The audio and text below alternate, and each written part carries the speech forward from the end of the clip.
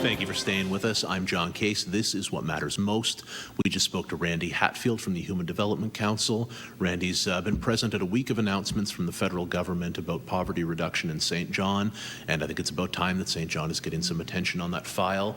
Now we are live with Blake Ward and Boki Hackle, and they are here to talk to us about Fragments, which is a sculpture series which is showing in St. John.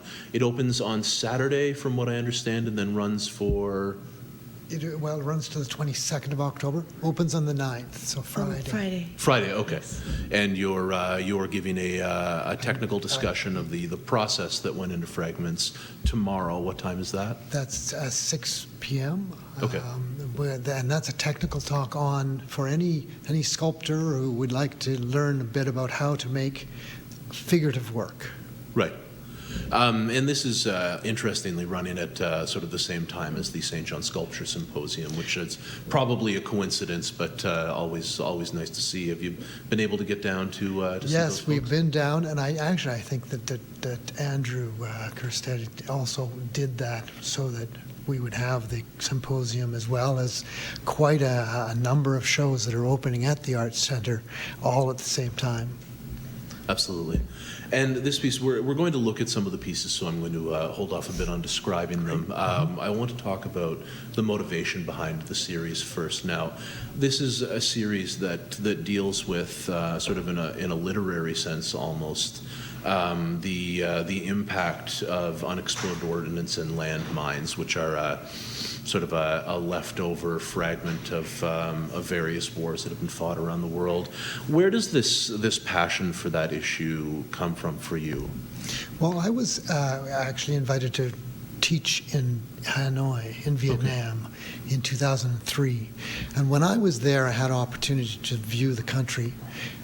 One of the things that really marked me was the number of people who were injured, landmine survivors. And more as I got to see the country and got to know it, I got madder and madder at the fact that this war is continuing to take casualties 30 years after it was over, 40 years after it's over. There's still people who were suffering from the war, and that should have been passed. And so I came back to my studio very much wanting to make a statement, use my art to try and actually do something about it. And the Fragments is activist art in that it's intentional art. It's intended to try and address this problem in a small way. It's a very large problem, and I just wanted to try my best to see if I couldn't do something about it. Right, and I was looking through your book before to sort of get my head around the show and what the show was about, and based on the statistics in the book, it seems like a sort of a frustratingly large problem. It's a very large problem. Now, there is some good news. We have been able to make an amazing impact on this problem, and I would have to say today, for all intents and purposes, Vietnam is almost landmine clear. Right, and we have footage from the show is on the screen right now. So this is down at the Arts Centre. These pieces, they're very, very traditional figurative work done in bronze. First you work the clay, and then they're wax molded and then poured cast bronze. Correct. And these are, you said, one quarter scale pieces. What I find really striking about this show is that you as the artist get to play the role of both creator and destroyer in this piece. So you make these beautiful pieces and then you damage them as if they had been a victim of a landmine. Can you talk to me a little bit about the relationship between those two roles? Well, I think that my original work, my early work, was traditionally figurative, and it was beauty was my objective. And then with the idea that I would try and express my feelings about what I saw in Vietnam and what happened to me in Asia, I decided that I would try and express that it's a sort of a negative way, but right.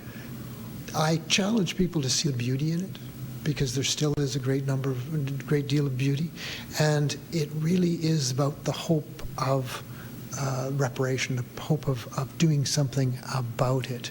But the destruction was a very important part of me moving on from the traditional figurative work that I did. Right. So is this catharsis for you?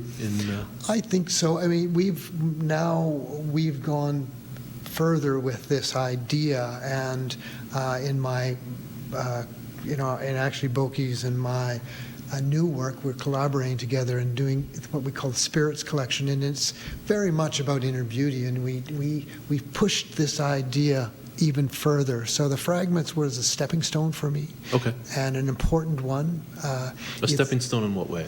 Well, I've gone very much from the traditional figurative that you see, the bronze that you normally see, and to the Fragments where I was destroying, looking at the inside, but still you can't see the inside of the piece. And the Spirits Collection is very much an interior. The interiors are open. The bodies they're perfectly proportioned and all there, but there's only partial figure, because I don't really need to give you much of the figure for you to recognize it as a figure. Right. So they're very much somewhat abstract almost, but it's just because there's a partial figure there. And so the Fragments was really quite a stepping stone to that. It's an evolution, really, in the work. Right. And your partners in life and your partners in art, can you talk to me a little bit about the collaborative process on the new project? Well, it's pretty amazing, really, because we're both sculptors from a completely different background. Okay. So as we came together as sculptors, it's just, I don't really know how to describe. A conceptual artist. Okay. Musician, and worked a lot with language. And here you had, when I came to it, I kept on saying, the galleries want something to sell. You can't just do as concept. You've got to leave us something there. And so we collaborated together doing it, and we share ideas. It makes it a lot richer. With the work now, it has got a lot of new elements. Right. And you told me before the camera started rolling that this show originally ran in 2012, the Fragments show, and that you sort of resurrected it now in 2016 for a couple of stops through Canada. What was the motivation to launch it again? Well, I mean, we ran it between 2007 and 2012, and then we needed to take a break from it. It was just too much. It consumed too much of our resources and time, and you also needed to find some new things. Yes, it's but it is very hopeful. And what I wanted to do when I actually raised the money with it, I would sell the pieces, and I would like to be able to say to the client, this piece that you bought cleared 300 landmines in this minefield. And so it was actually very rewarding for the client as well. Right. And this is also where I take my hat off to Blake on this series of work, because not only does one put hundreds of hours into molding a figure, and then taking a hammer to it, it's crazy, really. Yes, that's been the hardest part for me to wrap my head around, is that you've done this work, you've produced this beautiful sculpture, and I've seen people do this sort of work before, and I sort of know the amount of effort and strain that it takes, and then to just blow it to pieces. But it was a way that he could put his talent to work to make a difference, and turn tragedy into hope, if you like. Right.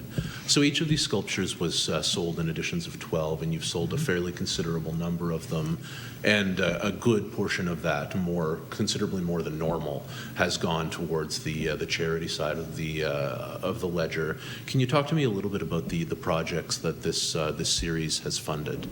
Oh, well, we started, of course, in Vietnam. That's where I was very interested in clearing, and we cleared with some wonderful charities. One is called MAG, Mind Awareness Group, and they still operate. They're out of England. And then there was No More Landmines, and again, with No More Landmines, we cleared in Vietnam to a certain extent, and then we cleared in Kosovo, and we did some landmine mapping in Angola. Then with the Canadian Landmine Foundation previously to this, because we're also working with the Canadian Landmine Foundation on this show, but previous to this we did some work in Afghanistan with mined risk education, where we were talking to the mothers to teach their children. Right.